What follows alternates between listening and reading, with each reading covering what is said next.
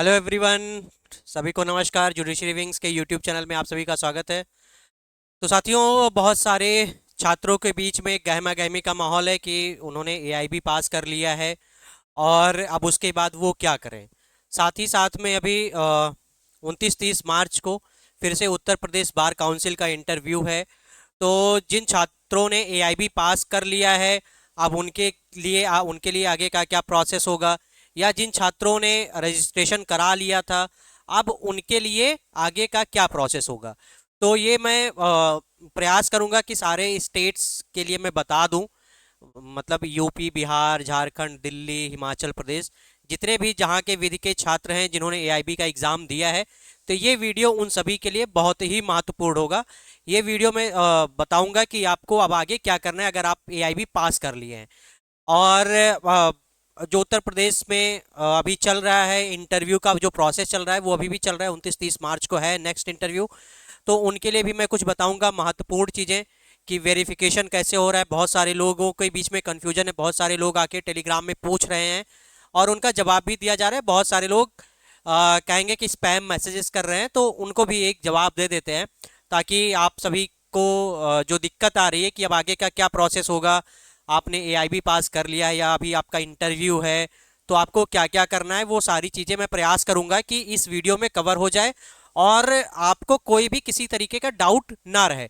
तो वीडियो को आप लोग पूरा देखिएगा, स्किप मत करिएगा, क्योंकि बहुत सारी इंपॉर्टेंट चीज़ें मैं बीच में बोलूंगा और फिर लोगों से स्किप हो जाती है, फिर वो उसी चीज़ को फिर से पूछते हैं। तो खैर, मुझे बताने में कोई दिक्कत नहीं, हम लोग पूरा बताते हैं।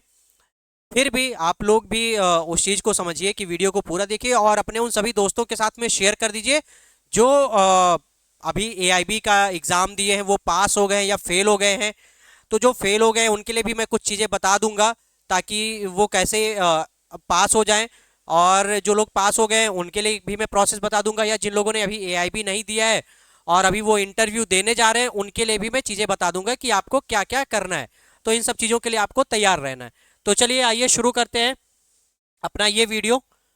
चलिए, अब जिन लोगों ने एआईबी पास कर लिया है उनको क्या काम करना है, इस चीज पे हमारा फोकस है अभी। तो देखिए, जिन छात्रों ने एआईबी पास कर लिया है उनके लिए उनको दो काम करना है। यदि आप पहले से ही अपने स्टेट के बार में रजिस्टर्ड थे, उसके बाद आपने एआईबी पास किया है, ठीक है, उनके लिए अलग प्रोसेस होगा। और दूसरा चीज ये है कि जिन लोगों ने, क्योंकि इस बार एआईबी का जो एग्जाम हुआ था, पहले क्या होता था कि जो एआईबी का एग्जाम देते थे तो उसके पहले आपको अपने स्टेट के बार काउंसिल में रजिस्ट्रेशन कराना मस्ट था, क्योंकि जब आप एआईबी का फॉर्म भरते थे तो वहां पर रजिस्ट्रेशन सर्टिफिकेट मांगता था। लेकिन इस बार ऑल इंडिया बार एग्जामिनेशन ने क्या किया कि अगर आप अपियरिंग हैं या आपने आपने अपना एलएलबी पास कर लिया, रिजल्ट आ चुका है, लेकिन अगर आपने अभी भी अपने स्टेट में बार में रजिस्ट्रेशन नहीं कराया है तो भी आप एआईबी का एग्जाम दे सकते हैं। इस बार ये चीजें हुई थी। तो दो अलग अलग परिस्थितियां हो गई, अलग कंडीशन है, उन अलग कंडीशन के लिए अलग अलग प्रोसेस है। मैं उन दोनों चीजों को बता देता हूं। तो पहले मैं बता देता हूं कि जो पहले रजिस्टर्ड थे, अर्थात अगर आपने अपने बार काउंसिल में रजिस्ट्रेशन आपने करा के रखा था, उसके बाद आपने एआईबी दिया था, तो आपको अब क्या करना है मैं पहले ये बता देता हूं। फिर जो अपना नेक्स्ट स्टेप होगा या जो नेक्स्ट पॉइंट होगा मैं उस पर बताऊंगा कि अगर आपने बिना रजिस्ट्रेशन के एआईबी पास किया है तो उन लोगों के लिए क्या प्रोसेस होगा। तो वीडियो को बहुत ही धैर्य के साथ सुनिएगा और बहुत ही जितने भी आपके मित्र होंगे उन सभी को शेयर कर दीजिएगा ताकि जो कंफ्यूजन है लोगों के बीच में वो कंफ्यूजन दूर हो जाए। चलिए शुरू कर देते हैं अपना ये वीडियो। तो देखिए, यदि आप अपने बार काउंसिल में रजिस्टर्ड हैं तो आपको क्या करना होगा, आपको एक डिक्लेरेशन फॉर्म भरना होगा। बहुत सारे लोग क्या करते हैं कि वो डिक्लेरेशन फॉर्म नहीं भरते हैं। जैसे अगर आपने अपने बार काउंसिल में रजिस्ट्रेशन करा लिया है तो ऐसा लगता है कि अब आप एआईबी दे दिए, अब आपको कुछ नहीं करना है। तो प्यारे साथियों, ऐसा नहीं है। उसके बाद भी आपको एक फॉर्म और भरना होता है जिसको हम लोग क्या बोलते हैं, डिक्लेरेशन फॉर्म। ठीक है, डिक्लेरेशन फॉर्म ये होता है कि आपने एआईबी पास कर लिया है उसको बताना होता है, उसके बाद ही आपकी सीओपी आती है। जो आपकी सीओपी है, सीओपी इसको बोलते हैं सर्टिफिकेट ऑफ प्रैक्टिस। ये आपको तब आता है जब आप ये डिक्लेरेशन फॉर्म भरते हैं। अलग अलग स्टेट में सेम प्रोसेस है ना, डिक्लेरेशन फॉर्म भरने का सेम प्रोसेस है, कोई अलग से कोई प्रोसेस नहीं है। तो आपको डिक्लेरेशन फॉर्म कैसे भरना है, आपको एक फॉर्म मिलेगा वो, और वो फॉर्म आप क्या करेंगे, 250 रुपए के साथ में जो फॉर्म होगा वो 250 रुपए का रहेगा। या तो फॉर्म आपको 250 रुपए का लेके देंगे, या आपको फॉर्म फ्री में दे देंगे, और आपको उसके साथ में 250 रुपए 250 रुपीज आपको बार काउंसिल में देना होगा। अब इस फॉर्म के साथ में आपको क्या क्या होगा, तो देखिए आपकी 2 फोटो लगेगी, ठीक है। और फोटो कैसी होनी चाहिए, आपकी कोट और टाई में होनी चाहिए। कैसे होनी चाहिए, आपकी 2 फोटो लगेगी फॉर्म में, कितनी और कैसी फोटो होनी चाहिए, कोट और टाई में होनी चाहिए, बैंड में नहीं होनी चाहिए। ये चीज आप लोग ध्यान में रखिएगा, ठीक है, कोट और टाई में होनी चाहिए। दूसरा आपका जो महत्वपूर्ण चीज होगा वो क्या होगा, हाई स्कूल से लेकर आप एलएलबी तक की मार्कशीट की फोटोकॉपी आप लगाएंगे, जेरोक्स लगाएंगे। अगर आपने एलएलबी के आगे भी जैसे आपने एलएलएम किया है तो आप एलएलएम का भी लगा देंगे। तो कहां से कहां तक लगाएंगे आप 10th से लेकर एलएलबी तक, या फिर क्या करेंगे, आप अगर एलएलएम किए हैं तो आप एलएलएम तक की मार्कशीट की फोटोकॉपी आप लोग लगा देंगे। समझ में आ गई बात। उसके बाद में आपको साथ में क्या करना रहेगा, आप अगर बार काउंसिल में जब आपने रजिस्ट्रेशन कराया था तो रजिस्ट्रेशन कराने के बाद में आप सभी को एक सर्टिफिकेट मिला होगा, आपको वो सर्टिफिकेट की क्या करनी है, फोटो कॉपी लगानी है। ध्यान में आ गई बात। नेक्स्ट क्या लगाना है आपको, आप जो एआईबी का एग्जाम दिए थे वो जब आप रिजल्ट जब आया तो आप पास हुए होंगे या फेल हुए होंगे। तो जो पास, जितने भी कैंडिडेट जो पास हुए हैं वो अपना रिजल्ट की कॉपी लगाएंगे, जो पास हुए हैं, ठीक है, रिजल्ट की कॉपी लगाएंगे। साथ में क्या लगाएंगे, आधार कार्ड की फोटोकॉपी लगाएंगे। तो क्या क्या आपको लगाना है, आपको एक फॉर्म मिलेगा, ठीक है, फॉर्म के साथ में आपको 250 रुपए लगाना है। उसके बाद में क्या करना है, आपको 2 फोटो लगानी है। 2 फोटो कैसी होगी, आपकी कोट और टाई में होगी, ब्लैक कोट और ब्लैक टाई व्हाइट शर्ट में आपकी फोटो होगी, 2 फोटो लगेगी उस पे। उसके साथ में क्या लगेगा, हाई स्कूल से एलएलबी तक की आपकी मार्कशीट की फोटोकॉपी। अगर आपने एलएलएम किया तो आप एलएलएम की भी लगाएंगे। फिर उसके बाद में क्या करना है, आपको अपने बार काउंसिल में जो आपने रजिस्ट्रेशन कराया था उसका सर्टिफिकेट लगाना है।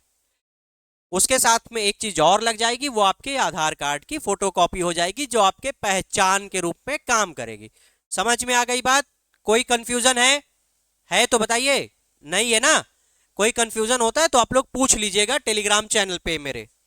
चलिए नेक्स्ट चीज क्या है, नेक्स्ट है कि जिन लोगों ने रजिस्ट्रेशन नहीं कराया था बार काउंसिल में और वो क्या है, एआईबी का एग्जाम वो लोग पास कर गए हैं, तो उनको क्या करना है, आपका जब अभी 29 और 30 मार्च को, कब है, 29 और 30 मार्च को आपका इंटरव्यू है। अभी जिन लोगों का भी नाम 29 और 30 मार्च को होगा, उन लोगों ने एआईबी पास कर लिया है, तो उनको क्या करना है, जो आपके रिजल्ट की जो कॉपी है वो आपको लेकर वहां पर जाना है, ठीक है, जो आपकी रिजल्ट की कॉपी है वो लेकर जाना है। अभी बार काउंसिल की तरफ से एक नोटिस आई थी, वो यही नोटिस है, मैं आपको पढ़ के बता देता हूं क्या है। जिन अभ्यर्थियों ने बिना अधिवक्ता पंजीकरण कराए, है ना, बिना अधिवक्ता पंजीकरण कराए अर्थात विदाउट रजिस्ट्रेशन, विदाउट रजिस्ट्रेशन उन्होंने क्या किया है, एआईबी की एग्जाम को क्वालिफाई, उत्तीर्ण, यहां पे उत्तीर्ण की बात है। अब देखिए फेल वाले नहीं पूछेंगे, फेल वालों के लिए मैं अलग से बताऊंगा क्या प्रोसेस है, ठीक है। उन्होंने जो पास कर गए हैं उनको क्या करना है कि जिस दिन उनका साक्षात्कार है 29 को, अब ऐसा मत करिएगा कि जिन लोगों ने पास कर लिया है अब उनका साक्षात्कार 29-30 की डेट में नहीं है, वो प्लीज नहीं जाएंगे। ठीक है,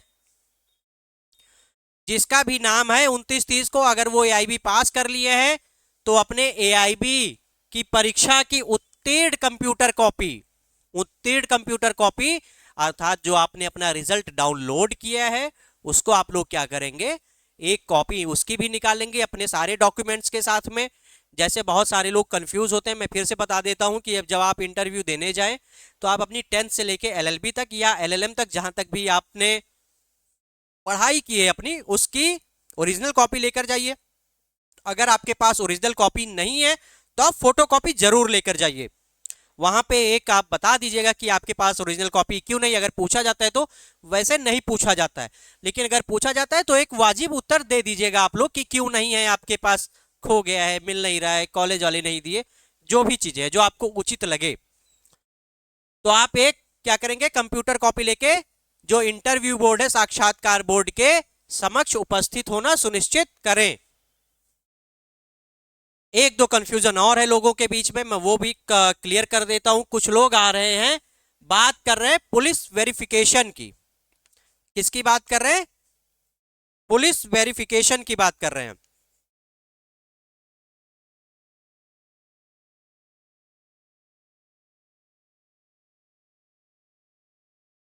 कुछ लोग कह रहे हैं कि जो बार काउंसिल का जो रजिस्ट्रेशन हो रहा है उसमें पुलिस वेरिफिकेशन हो रहा है या होना है या कब होना है।